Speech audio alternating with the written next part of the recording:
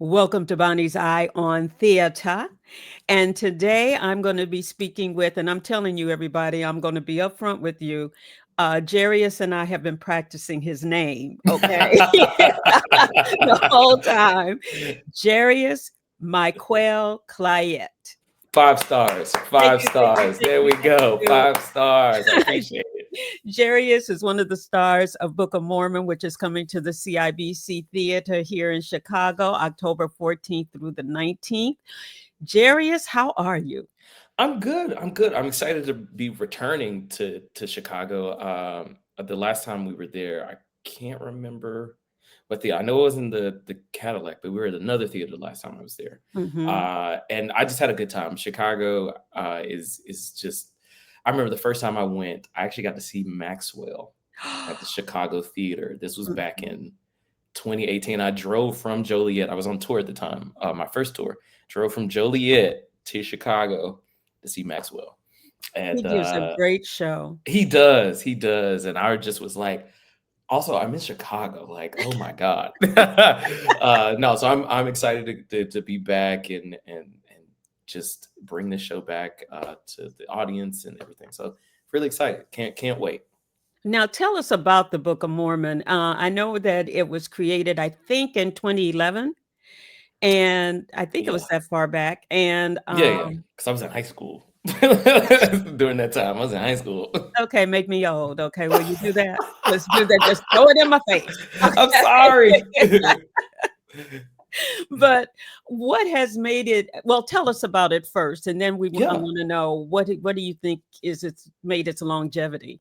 I would say so. The tagline is that it's about two missionaries, Elder Cunningham and Elder Price, who go on a mission. They're mission companions, so they go on this mission, and it is life changing in ways that they could have never thought of, and it's very much backdropped behind it being a musical comedy, and I think people are surprised that it also has a lot of like heart to it. There's a lot of things, especially about community, that I think a lot of people, especially me, that I take away from it each night that I'm doing. It's like I look to my left, I look to my right. I'm like, we're doing this collectively, and even not just on stage, but backstage. I think, a lot of times the unsung heroes is always like the crew as well.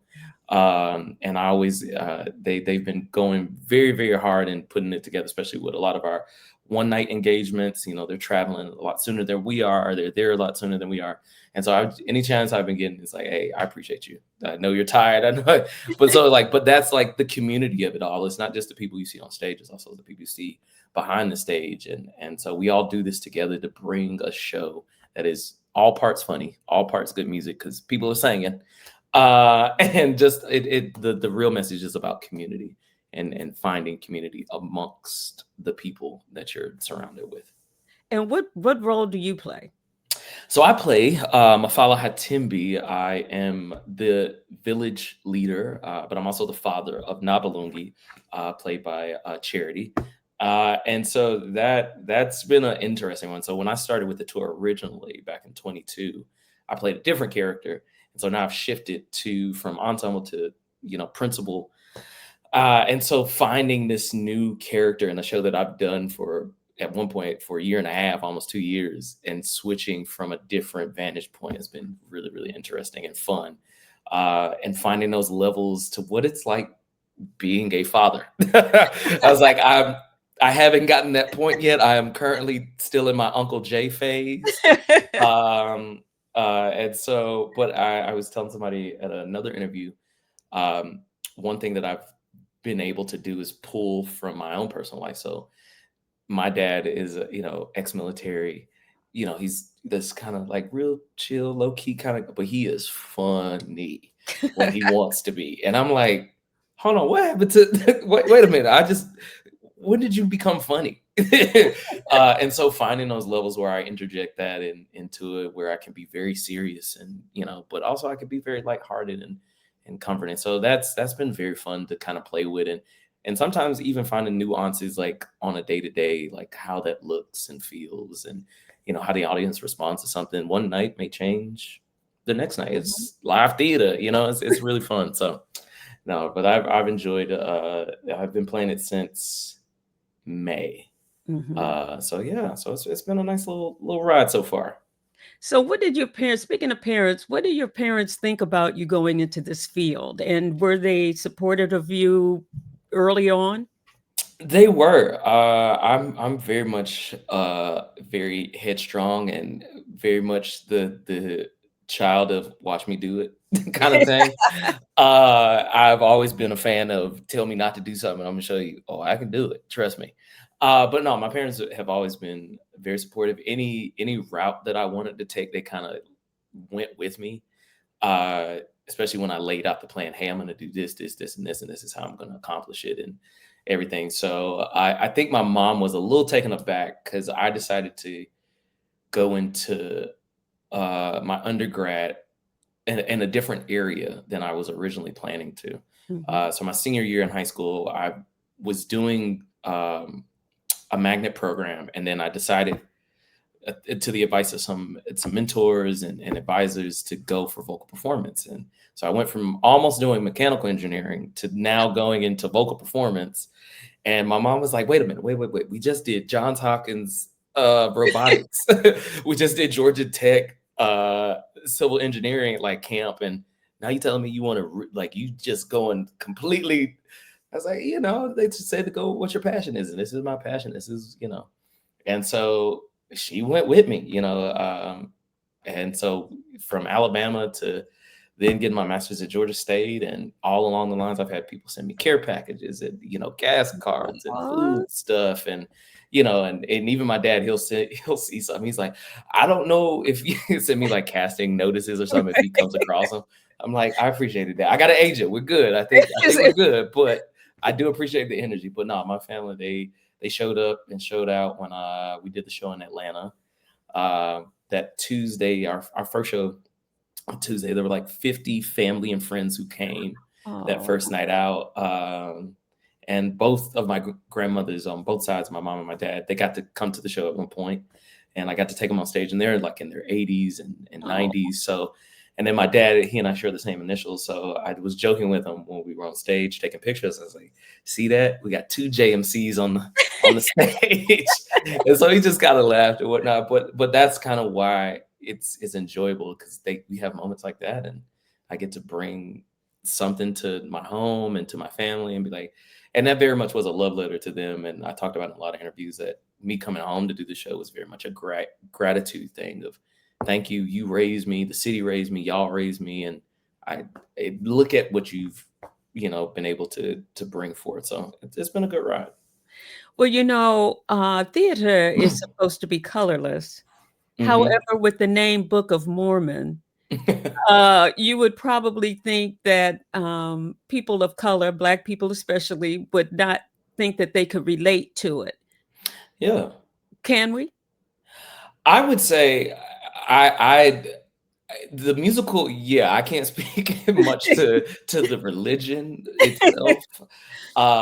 Just because I being in the show, I dove into it just more surface level. Mhm. Um, and respecting all faiths, I myself, I'm definitely of Christian belief, like something Mhm. that I hold very near and dear to me. I was raised in the churches where a lot of my stuff got started, anyways. Um, and so I'm like, okay, but I think if we're speaking about the musical, you can see yourself in it. Like I said, I think when we talk about community and things of that nature, you can really relate to like that type of thing.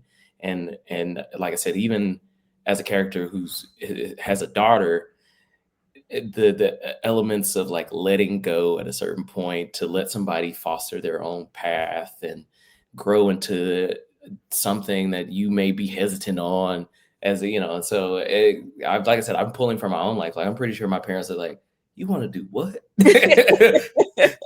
And knowing the success rate or whatever you want to call it, and but like I said, I put them at ease of how I've maneuvered through it, both having a job sometimes and not having a job. Mhm. But they knew who they raised, and I'm the like I said, I'm the challenging middle child a lot of times. So I'm like, I put it back. I'm like, hey, do you know what you raised me with? Did you know what you put in me? And they're like, okay, all right, you got it, you got it. But I do think you can, and when you see the people, especially Black people on stage, you will start to identify with certain elements and things like that. So I think, like I said, coming in with whether you've seen it or not seen it, heard it or not heard it, it'll be very much an eye-opening and fun experience. I was going to All say, around. because it is funny. It is very funny.